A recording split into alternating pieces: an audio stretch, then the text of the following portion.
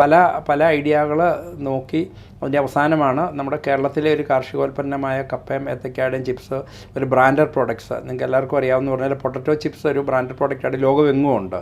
നമ്മുടെ പ്രോഡക്റ്റിനും അതേ ക്വാളിറ്റി അതേ ടേസ്റ്റുമുണ്ട്. പക്ഷേ ആരും അതിനെ അങ്ങനെ ബ്രാൻഡഡ് ആക്കാൻ ശ്രമിച്ചിട്ടില്ല. ആ ഒരു തിരിച്ചറിവിൽ നിന്നാണ് അതിൽ നിന്നുള്ള ഒരു തുടക്കം കുറിച്ചിട്ടാണ് ഇവിടെ എത്തിയത്.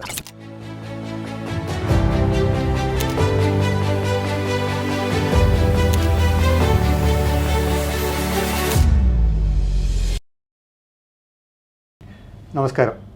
മൾട്ടിനാഷണൽ കമ്പനികൾക്ക് വേണ്ടി ബനാന ചിപ്സ് നിർമ്മിച്ച് നൽകുന്ന ടിയാറ ഫുഡിൻ്റെ സ്ഥാപകനായ ശ്രീ അലക്സ് തോമസ് ആണ് ഇന്ന് നമ്മളുടെ അതിഥി. നമസ്കാരം. എവിടെയാണ് ടിയാറ ഫുഡിൻ്റെ ആസ്ഥാനം? എന്താണ് നിങ്ങൾ ചെയ്യുന്നത്? Tiara food Adoor KINFRA food processing പാർക്കിലാണ് സ്ഥിതി ചെയ്യുന്നത്.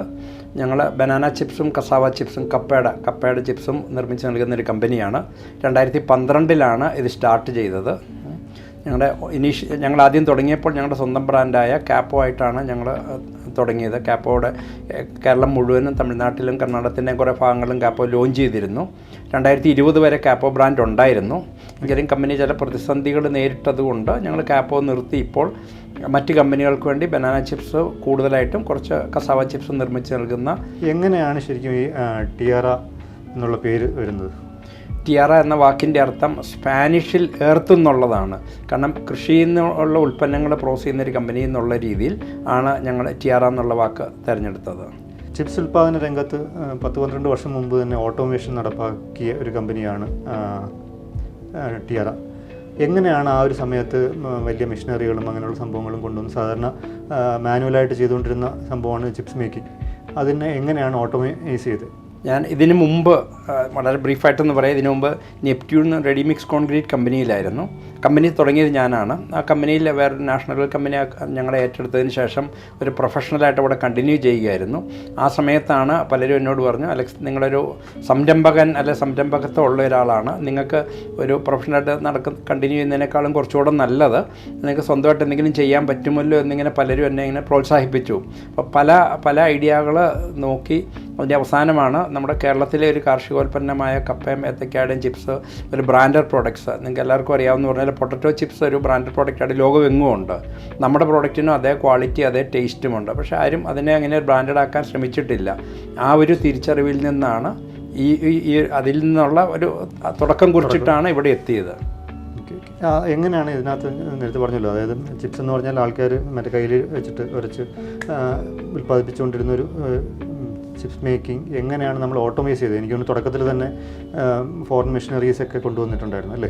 അതെ. അപ്പം ഞാൻ നേരത്തെ പറഞ്ഞല്ലോ, സാധാരണ രീതിയിൽ ഉണ്ടാക്കുന്ന ധാരാളം പേരുണ്ട്. പക്ഷേ അവർക്ക് ഇതിനൊരു നല്ലൊരു മാർക്കറ്റ് എസ്റ്റാബ്ലിഷ് ചെയ്യാൻ പറ്റിയിട്ടില്ല.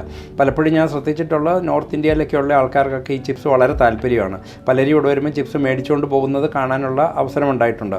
അപ്പോഴാണ് ഞാൻ ചിന്തിച്ച് ഇന്ത്യയുടെ എല്ലാ ഭാഗത്തും ഈ ചിപ്സ് എങ്ങനെ എത്തിക്കാം. അപ്പോഴാണ് ഇതിന് ഷെൽഫ് ലൈഫ് ഉണ്ടാകണം, നല്ല ക്വാളിറ്റിയിൽ ഉണ്ടാകണം എന്ന് എനിക്ക് മനസ്സിലായി. അപ്പോൾ അതിൽ നിന്നുള്ള അന്വേഷണമാണ് ഒരു ഓസ്ട്രേലിയയിലുള്ള ഹീറ്റ് ആൻഡ് കൺട്രോൾ എന്ന് പറഞ്ഞൊരു കമ്പനി ഇങ്ങനത്തെ എക്യുപ്മെൻറ്റ് നിർമ്മിച്ച് നൽകുന്നുണ്ടെന്ന് എനിക്ക് മനസ്സിലായി. അവരെ കോൺടാക്റ്റ് ചെയ്തു. അപ്പോൾ അവർ തന്ന അവർ ഷെയർ ചെയ്ത അവരുടെ ഒരു നോളജിൽ നിന്നാണ് പിന്നെ ഇതിനെ നമുക്ക് മുൻപോട്ട് ബിൽഡ് ചെയ്ത് കൊണ്ടുപോകാൻ പറ്റിയത്. പക്ഷേ അത് പറയുമ്പോൾ ഇതൊരു വലിയൊരു ടീം വർക്കാണ്. വേറെ ഒത്തിരി പേര് ഈ ഫീൽഡിൽ എക്സ്പീരിയൻസൊക്കെയുള്ള ധാരാളം പേര് എന്നെ സഹായിച്ചിരുന്നു. അവരുടെയൊക്കെ എല്ലാം സഹായം കൊണ്ടാണ് ഇതിൻ്റെ ഒരു ഐഡിയ ഡെവലപ്പ് ചെയ്യാനും ഒരു നല്ല പ്ലാന്റ് ഡിസൈൻ ചെയ്യാനും ഈ മെഷീനറിയൊക്കെ ഇൻസ്റ്റാൾ ചെയ്യാനും നല്ലൊരു പ്രോഡക്റ്റ് ഡെവലപ്പ് ചെയ്യാൻ നല്ല പാക്കേജിങ് ഡെവലപ്പ് ചെയ്യുക. അത് വലിയൊരു ടീം വർക്കാണ്. അങ്ങനെയാണ് ഇവിടെ എത്തിയത്. എനിക്ക് തോന്നുന്നു ഫുഡിനകത്ത് വലിയ എക്സ്പീരിയൻസ് ഇല്ലാതെയാണ് ഈ ഒരു മേഖലയിലേക്ക് എത്തിയത്. അതെങ്ങനെയായിരുന്നു ശരിക്കും ഈ ബനാന ചിപ്സ് അല്ലെങ്കിൽ പൊട്ടറ്റോ ചിപ്സ് രംഗത്തേക്ക് ഉണ്ടായ സാഹചര്യം എന്തായിരുന്നു? അടിസ്ഥാനപരമായി പറഞ്ഞാൽ ഞങ്ങളൊക്കെ ഒരു കൃഷിക്കാരുടെ ഫാമിലിയിൽ നിന്ന് വരുന്ന ഒരാളാണ്. ഞാൻ എൻ്റെ കരിയർ തുടങ്ങിയത് എൻ്റെ ഡിഗ്രിക്ക് ശേഷം റബ്ബർ കൃഷി ചെയ്തുകൊണ്ടാണ് ഞാൻ ഇതിലേക്ക് ഇറങ്ങിയത്. അപ്പോൾ ആ ഒരു കൃഷിയോടുള്ളൊരു താല്പര്യം എൻ്റെ മനസ്സിലുണ്ടായിരുന്നു. അപ്പോൾ കൃഷിയായിട്ട് ബന്ധപ്പെട്ട് എന്തെങ്കിലും ചെയ്യണം എന്നുള്ള തിരിച്ചറിവിലും അതേപോലെ തന്നെ ബനാന ചിപ്സിനും കസാവ ചിപ്സിനും അല്ലെങ്കിൽ കപ്പയുടെ ചിപ്സിനും ഒരു പൊട്ടൻഷ്യൽ അല്ലെങ്കിൽ ഒരു ബിസിനസ് ഒരു ഓപ്പർച്യൂണിറ്റി ഉണ്ടെന്നുള്ള തിരിച്ചറിവിൽ നിന്നാണ് ഇതിലേക്ക് വന്നത്. അപ്പം ഈ ഒരു ഫീൽഡിനെക്കുറിച്ച് പഠിക്കാൻ തുടങ്ങിയപ്പോൾ നമ്മൾ പല കാര്യങ്ങളും നമുക്ക് അറിയത്തില്ലാത്ത പല കാര്യങ്ങളുമുണ്ട്. അപ്പം അതിന് എവിടെയൊക്കെ പല ആൾക്കാരെ നമ്മൾ മീറ്റ് ചെയ്തു. ഇന്ത്യയിലെ പ്രധാനപ്പെട്ട ഫുഡ് പ്രോസസിങ് കമ്പനികളായ ലെയ്സ് അല്ലെങ്കിൽ ITC അല്ല ഇതുപോലെയുള്ള പല കമ്പനികൾ, പാർലെ, ഇവരെയൊക്കെ നമ്മുടെ പല പരിചയം കൊണ്ട് ഇവരെയൊക്കെ പോയി കാണാനും ഇതിൻ്റെയൊക്കെ പ്രവർത്തനങ്ങൾ കുറച്ചൊക്കെ മനസ്സിലാക്കാനും പറ്റി. അതുപോലെ തന്നെ ഒഹായോ സ്റ്റേറ്റ് യൂണിവേഴ്സിറ്റിയിലൊരു സ്നാക്ക് ഫുഡിനെ കുറിച്ചുള്ള ഒരു കോഴ്സ് അറ്റൻഡ് ചെയ്തു. അതുപോലെ ലാറ്റിൻ അമേരിക്കയിലെ കൊളംബിയയിൽ പോയി ഇതേപോലെ ഒരു ഫാക്ടറി കണ്ടു. അങ്ങനെയാണ് നമ്മൾ ഈ ഇതിനെക്കുറിച്ചൊരു ബേസിക് ഐഡിയ ഉണ്ടായത്. എങ്കിലും അത് പറയുമ്പോൾ ഞാനൊരു കാര്യം കൂടെ പറയാം. നമ്മളിതെല്ലാം പഠിച്ചു എന്ന് വിചാരിച്ചതിലേക്ക് ഇറങ്ങിയെങ്കിലും നമ്മളതിലേക്ക് ഇറങ്ങിക്കഴിഞ്ഞപ്പോൾ നമ്മൾ പഠിച്ചതൊന്നും അല്ല, വേറെ ഒത്തിരി കാര്യങ്ങൾ നമ്മൾ നേരിടേണ്ടി വന്നു എന്നുള്ളത് നമ്മുടെ ഒരു അനുഭവമാണ്. പ്രാരംഭ മൂലധനം എത്രയായിരുന്നു? അത് പഴയ കമ്പനി വിറ്റുണ്ടാക്കിയ കാശാണോ അതോ മറ്റുള്ളവർ സഹായിച്ചോ അതോ ബാങ്ക് ലോണിലേക്ക് എന്തെങ്കിലും പോയിരുന്നോ? പ്രാരംഭ മൂലധനമായിട്ട് ഞാൻ ആദ്യം വിചാരിച്ചിരുന്ന എൻ്റെ കയ്യിൽ അന്ന് എൻ്റെ പഴയ കമ്പനി നെപ്റ്റ്യൂൺ ഡി-മിക്സിനെ വേറൊരു കമ്പനി അക്വയർ ചെയ്തപ്പോൾ നമുക്ക് കുറച്ച് പൈസ കിട്ടിയിരുന്നു. അതെൻ്റെ കയ്യിലുണ്ടായിരുന്നു. അത് വെച്ച് തുടങ്ങാൻ പറ്റും എന്നാണ് വിചാരിച്ചത്. പക്ഷേ നമുക്ക് ഇതിലേക്ക് ഇറങ്ങിയപ്പോൾ മനസ്സിലായി നമ്മൾ വിചാരിച്ചതിനേക്കാളും കൂടുതൽ ഇതിന് ക്യാപിറ്റൽ ഇൻവെസ്റ്റ്മെൻറ്റ് വേണ്ടി വരുമെന്ന് മനസ്സിലായി. അതുകൊണ്ട് നമ്മൾ പല ആൾക്കാരെ നമ്മൾ അപ്രോച്ച് ചെയ്ത് ഇൻവെസ്റ്റ്മെൻറ്റിന് വേണ്ടി. പേരെടുത്ത് പറഞ്ഞാൽ നമ്മുടെ ശ്രീ കൊച്ചൗസേപ്പ് ചിറ്റിലപ്പള്ളി, ശ്രീ CJ ജോർജ്, അതുപോലെ ശ്രീ രാജീവ് അഗ്രവാൾ, അങ്ങനെ നമ്മുടെ കേരളത്തിലും പുറത്തുമുള്ള പല ആൾക്കാരും ഇതിലേക്ക് ഇൻവെസ്റ്റ് ചെയ്തിരുന്നു. ഏഞ്ചൽ ഇൻവെസ്റ്റ്മെൻറ്റ് എന്നുള്ളൊരു കൺസേൺ. അതുപോലെ ഏഞ്ചൽ ഇൻവെസ്റ്റ്മെൻറ്റ് എന്നുള്ള കോൺസെപ്റ്റ് മലയാളികൾ അറിയുന്നതിന് മുമ്പ് തന്നെ അല്ലേ, ആ ഒരു സമയത്ത് സ്റ്റാർട്ടപ്പ് കൾച്ചറൊന്നും ഇല്ലായിരുന്ന ഒരു കാലത്താണ് ഈ രീതിയിൽ റേസ് ചെയ്യാൻ പറ്റിയത്. അതിൻ്റെ ഒരു തുടക്കകാലമാണ്. എങ്കിലും ഏഞ്ചൽ ഇൻവെസ്റ്റ്മെൻറ്റ് എന്നുള്ളൊരു വാക്കിനേക്കാൾ കൂടുതൽ ഇതൊരു നല്ല കൺസെപ്റ്റാണ്. ഇതുകൊണ്ട് കൃഷിക്കാർക്ക് പ്രയോജനമുണ്ട്, നാട്ടിൽ തൊഴിലവസരങ്ങൾ ഉണ്ടാക്കാൻ പറ്റും. അതോടൊപ്പം ഒരു നല്ലൊരു ബിസിനസ് സംരംഭം കൂടെയാണെന്ന് നമുക്ക് ഇവരെയൊക്കെ മനസ്സിലാക്കാൻ പറ്റിയതുകൊണ്ടാണ് അവർ ഇൻവെസ്റ്റ് ചെയ്തത്. അതേപോലെ തന്നെ KSIDC ആണ് നമുക്ക് വേണ്ട ഇനീഷ്യലി ടേം ലോൺ തന്നത്. അവിടെ നമുക്ക് അവരെ കൺവിൻസ് ചെയ്യാൻ പറ്റി ഇതൊരു നല്ല കൺസെപ്റ്റാണ് എന്ന്. അല്ലെങ്കിൽ ഇതിന് മുമ്പിലത്തെ എൻ്റെ വെഞ്ചറിലുള്ള അത് സക്സസ്ഫുള്ളായിട്ട് നടന്നതുകൊണ്ട്, നെപ്റ്റ്യൂൺ ഡി-മിക്സ് നന്നായിട്ട് നടന്നതുകൊണ്ടുള്ള ഉണ്ടായ ഒരു ക്രെഡിബിലിറ്റിയിൽ നിന്നും കൂടി ആയിരിക്കാം ഇതിനുള്ള ഫണ്ട് കിട്ടിയത്. അല്ലെ ഫെഡറൽ ബാങ്ക് ആയിരുന്നു ഇതിനുള്ള ഇനീഷ്യൽ വർക്കിംഗ് ക്യാപിറ്റൽ ലോൺ തന്നിരുന്നത്. അപ്പോൾ നമുക്ക് അവരെയൊക്കെ കൺവിൻസ് ചെയ്യാൻ പറ്റി ഇതിനെ ഫണ്ട് ചെയ്യണം എന്നുള്ളത്. ഏഞ്ചൽ ഫണ്ടായിട്ട് എടുത്തത് എത്രയായിരുന്നു? എനിക്ക് തോന്നുന്ന ഏഞ്ചൽ ഫണ്ടായിട്ടൊരു 3 കോടി രൂപയോളം കിട്ടിയിരുന്നു എൻ്റെ സ്വന്തം ഫണ്ടിന് പുറമെ. അതുപോലെ തന്നെ ഇത് തുടങ്ങി കുറച്ച് കാലം കഴിഞ്ഞപ്പോൾ DSG കൺസ്യൂമർ പാർട്ട്നേഴ്സ് എന്ന് പറഞ്ഞൊരു വെഞ്ചർ ക്യാപിറ്റൽ ഫണ്ട് ഇതിന് ഇൻവെസ്റ്റ് ചെയ്യുന്നു. അവരൊരു സിംഗപ്പൂർ ബേസ്ഡ് കമ്പനിയാണ്.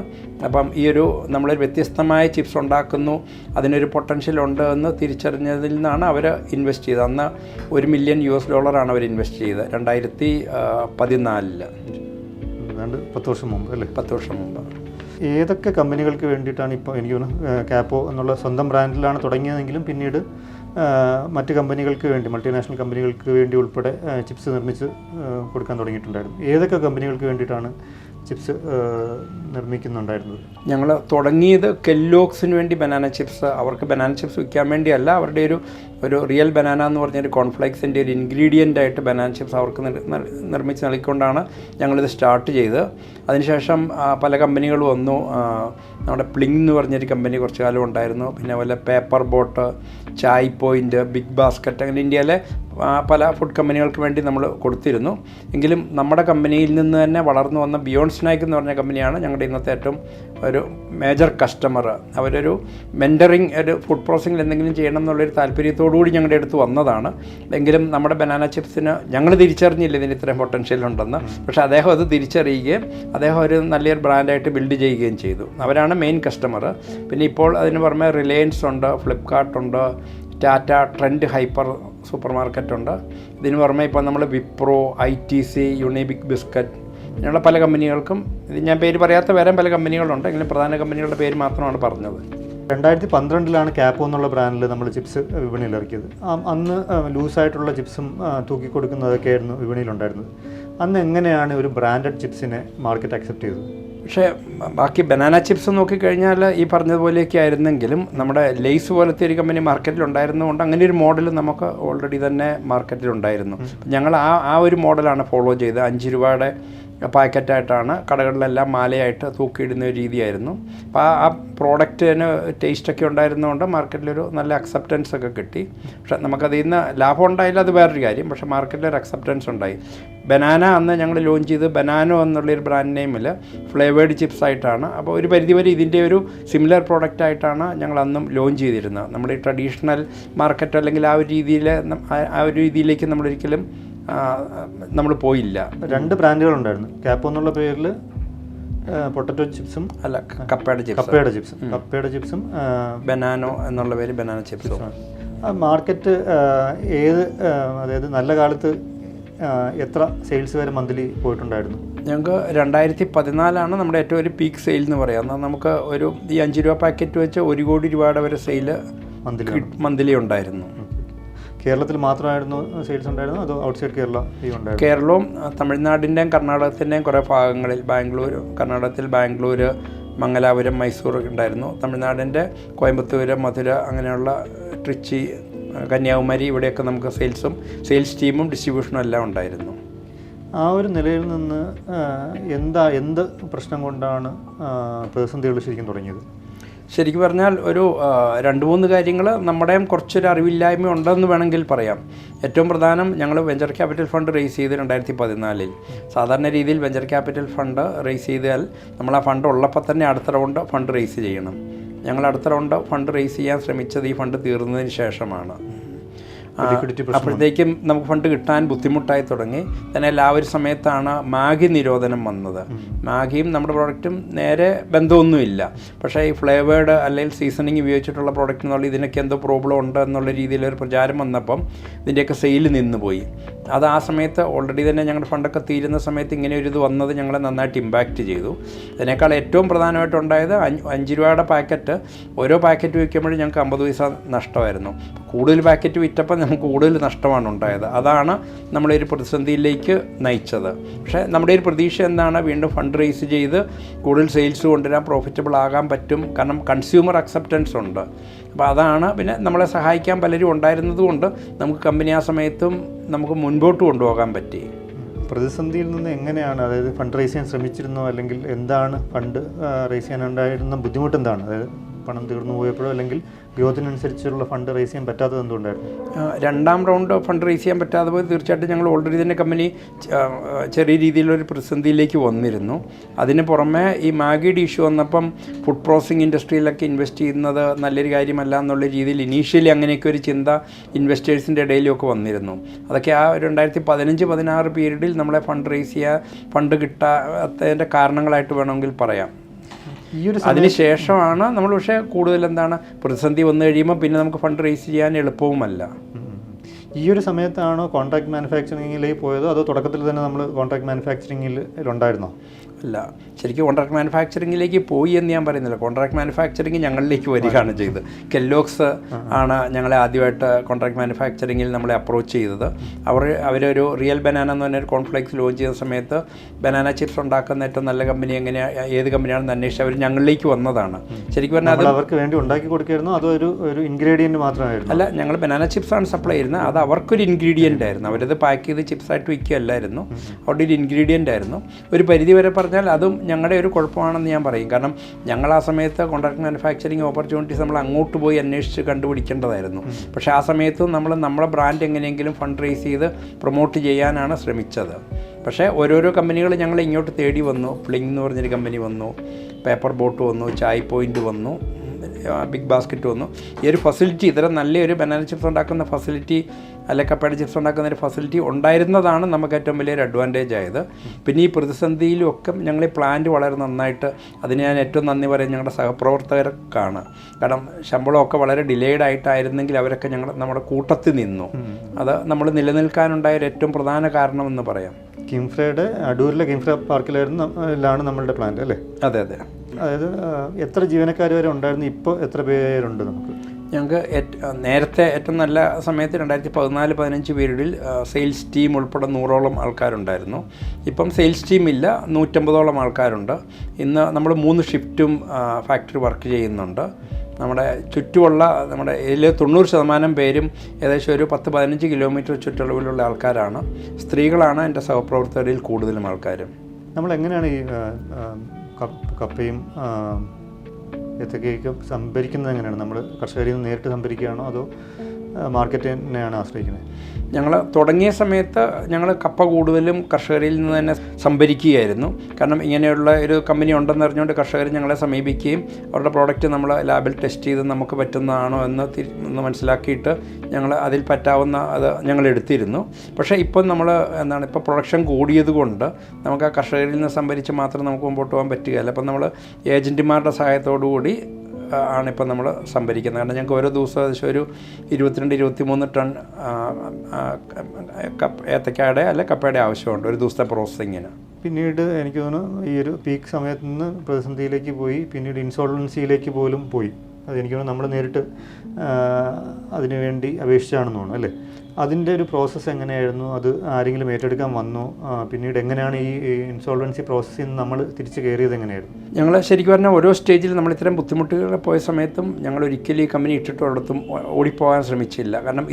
കാരണം ഒത്തിരി ആൾക്കാരോട് നമുക്ക് ഉത്തരവാദിത്വം ഉണ്ടായിരുന്നു. നമ്മുടെ കമ്പനിയിൽ ജോലി ചെയ്തിരുന്ന ആൾക്കാർ, ഇവിടെ നമുക്ക് സാധനങ്ങൾ സപ്ലൈ ചെയ്തിരുന്ന ആൾക്കാർ, നമ്മുടെ ഇതിൽ കമ്പനിയിൽ പണം മുടക്കിയ ആൾക്കാർ. അപ്പോൾ അവരോടൊക്കെ ഒരു ഉത്തരവാദിത്വം ഉണ്ട് എന്നുള്ളത് കൊണ്ട് തന്നെ ഏത് രീതിയിൽ ഇതിനെ പിടിച്ചു നിർത്തണം എന്നുള്ള രീതിയിലാണ് ഞങ്ങൾ ശ്രമിച്ചുകൊണ്ടിരുന്നത്. അപ്പോൾ ഞാൻ നേരത്തെ പറഞ്ഞതുപോലെ ഞങ്ങളുടെ ആദ്യത്തെ ശ്രമം ഫണ്ട് റേസ് ചെയ്ത് വീണ്ടും പ്രോഫിറ്റബിൾ ആക്കാൻ പറ്റും എന്നുള്ള രീതിയിലായിരുന്നു. പക്ഷേ അത് നമുക്ക് ബുദ്ധിമുട്ടാണ് എന്ന് മനസ്സിലാക്കിയ സാഹചര്യത്തിൽ ഇനി എന്താണ് നമുക്ക് ഉള്ള മുമ്പോട്ടുള്ള ഒരു വേ ഫോർവേഡ് എന്ന് ചിന്തിച്ചതിൽ ആണ് ഇങ്ങനെ ഒരു നാഷണൽ കമ്പനി ലോ ട്രൈബ്യൂണൽ എന്നുള്ളൊരു സംവിധാനമുണ്ട്. അതായത് സെൻട്രൽ ഗവൺമെൻറ് കൊണ്ടുവന്നൊരു നിയമമാണ് ഇൻസോൾവൻസി ആൻഡ് ബാങ്ക്രപ്സി കോഡ് എന്ന് പറയും. അതിൻ്റെ ഭാഗമായിട്ട് ഇങ്ങനെ ട്രൈബ്യൂണലിൽ എസ്റ്റാബ്ലിഷ് ചെയ്തിട്ടുണ്ട്. നമുക്കവിടെ പെറ്റീഷൻ കൊടുത്തു കഴിഞ്ഞാൽ നമ്മുടെ കമ്പനിയെ റീസ്ട്രക്ചർ ചെയ്യാനുള്ളൊരു ഓപ്ഷനുണ്ട് എന്ന് എനിക്ക് മനസ്സിലായി. നമ്മളതിനെക്കുറിച്ച് നന്നായിട്ട് പഠിച്ചു. ഇതെന്താണ്, ഇതിൻ്റെ സാധ്യതകൾ എന്താണ്, എങ്ങനെ ചെയ്യാൻ പറ്റും. പക്ഷേ അതിനു മുമ്പ് ഞാൻ പറയേണ്ട ഒരു കാര്യം, നമ്മൾ ഏറ്റവും ബുദ്ധിമുട്ടിക്കൂടെ പോയ സമയത്തും KSIDC ഒക്കെ ഒന്നും നമുക്കതിലൊരു കൊയേഴ്സീവ് ആക്ഷൻ എടുത്തില്ല. സാധാരണ രീതിയിൽ ഒരു ലോൺ തിരിച്ചടവ് വന്നാൽ അവർ റവന്യൂ റിക്കവറി, ലിക്വിഡേഷൻ ഇങ്ങനത്തെ കാര്യങ്ങളൊക്കെയാണ്. പക്ഷേ നമുക്കവരെ പറഞ്ഞ് മനസ്സിലാക്കാൻ പറ്റി നമുക്ക് മുമ്പോട്ടൊരു വഴിയുണ്ട്. പക്ഷേ വഴി എന്താണെന്നുള്ളത് ശരിക്കും പറഞ്ഞ ആ സമയത്ത് എനിക്ക് അറിയത്തില്ലായിരുന്നു. എങ്കിലും ഒരു വഴിയുണ്ടെന്ന് അവരെ കൺവിൻസ് ചെയ്തുകൊണ്ട് അവർ നമുക്കെതിരെ ഒരു കൊയേഴ്സീവ് ആക്ഷൻ എടുത്തില്ല. പലപ്പോഴും വായ്പ പിടിക്കാത്തത് നമ്മൾ ആൾക്കാർ അതിനെക്കുറിച്ചൊക്കെ സംസാരിക്കാറുണ്ടല്ലോ. പക്ഷേ ഞാൻ പറയുന്നത്, ഒരു സ്ഥാപനത്തെ പൂട്ടിച്ചിട്ട് വായ്പ പിടിക്കാൻ ശ്രമിക്കുന്നതിന് പകരം ആ സ്ഥാപനത്തിനെ മുൻപോട്ട് എങ്ങനെ കൊണ്ടുപോകാൻ പറ്റുമെന്ന് നോക്കി അതിനുള്ള വഴികളുണ്ടോ എന്ന് നോക്കിയിട്ട് ആ രീതിയിൽ നീങ്ങുന്നതായിരിക്കും. ആ ഒരു ചിന്തയിൽ നിന്നാണ് കേന്ദ്ര ഗവൺമെൻറ് ഈ ഇൻസോൾവൻസി ആൻഡ് ബാങ്ക്രപ്സി കോഡ് കൊണ്ടുവന്നത്. എന്നാണെങ്കിൽ ആ നിയമം വന്നതുകൊണ്ടാണ് നമുക്ക് ഈ സമയത്ത് പിടിച്ചു നിൽക്കാൻ പറ്റിയത്. ഞങ്ങൾക്ക് വലിയൊരു അനുഗ്രഹമായി ഇങ്ങനെ ഒരു നിയമവും അതുമായിട്ട് ബന്ധപ്പെട്ട മറ്റ് NCLT പോലെയുള്ള സ്ഥാപനങ്ങളൊക്കെ വന്നത്. അപ്പോൾ വേറെ ആരും ഏറ്റെടുക്കാൻ വന്നില്ല? അല്ല, ഇത് ഈ ഈ ഇൻസോൾവൻസി പ്രോസസ്സിൻ്റെ പാർട്ടായിട്ട് അതിനൊരു ഒരു ബിഡിങ് പ്രോസസ്സുണ്ട്.